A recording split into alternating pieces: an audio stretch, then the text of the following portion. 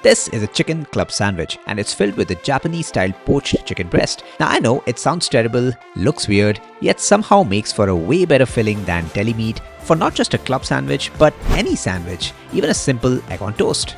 If you trust me for a few minutes, I'll show you why it's better than deli meat, how to make it, and how to put together this outrageously good club sandwich that makes a perfect lunch in no time. But to beat the deli meat, we must quickly unpack why it works so well. Deli meat works because someone else already did the entire job for you. They brined it, tenderized it, shaped it, and even sliced it. But deli meat was designed for convenience, not for flavor, definitely not for health. And unless you spend a buttload of money on the expensive stuff, they taste pretty flat. So if you were to swap deli meat with a more flavorful, healthy, and cheap replacement, it'll need to do three things really well.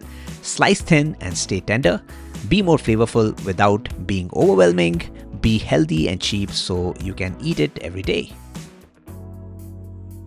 Poached chicken breast has a terrible reputation. It sounds like dog food, but that's because most people confuse poaching with boiling. And when you hard boil a chicken breast, it gets stringy and dry.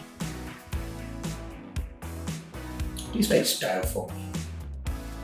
Now the Japanese do it differently. They gently heat the chicken in a flavorful liquid until it's slowly and perfectly cooked through. When you do it this way, you end up with tender chicken breast that slices like deli meat, but without a ton of sodium and processing.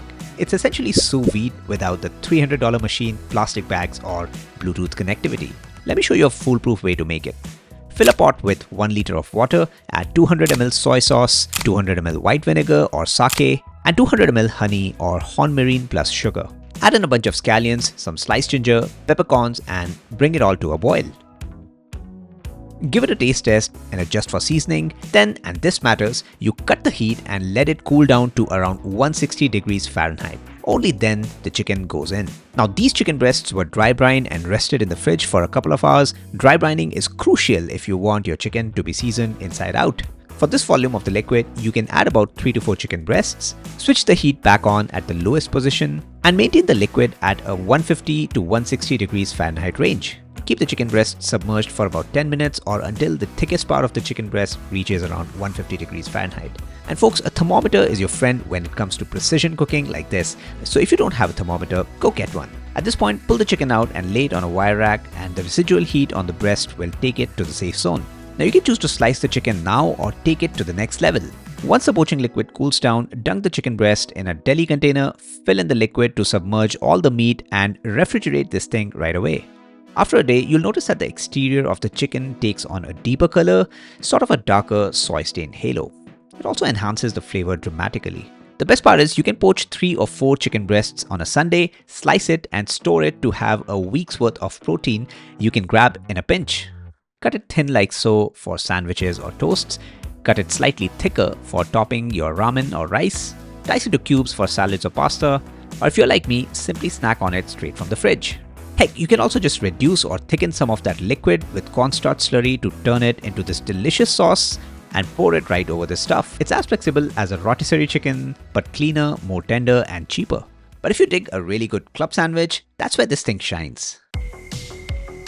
Toast 3 slices of bread. I'm lightly buttering and toasting mine in an air fryer along with some bacon. While that toasts, cut thick slices of tomato, season them with salt and pepper, and let them sit on a wire rack to draw out some moisture. Salting your tomatoes is a pro move. It amplifies how these tomatoes will taste and gives them an almost meaty texture when you bite in. Next, use your favorite mayo from the jar or make a quick one in just 2 minutes. Crack 1 egg in a tall container, add 15 ml white vinegar, 5 grams of salt, 1 teaspoon garlic powder, and 250 ml of neutral oil. I'm using rice bran oil. Avoid using olive oil, it tends to get bitter when you blend it. Stick an immersion blender to the bottom of the container, run it, and slowly pull it up. Pulling up like this creates a vortex underneath that forces oil and air into the egg mixture, emulsifying it into mayonnaise. Now this jar will keep fresh for about a week in the fridge and tastes better than most store-bought mayo that you'll try.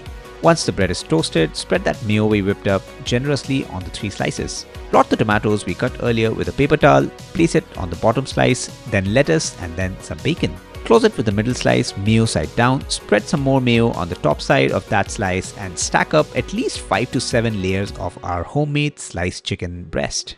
Close the sandwich, use some cocktail picks to keep the sandwich in place, and then cut it up with a sharp knife to reveal that beautiful cross section. Knife work.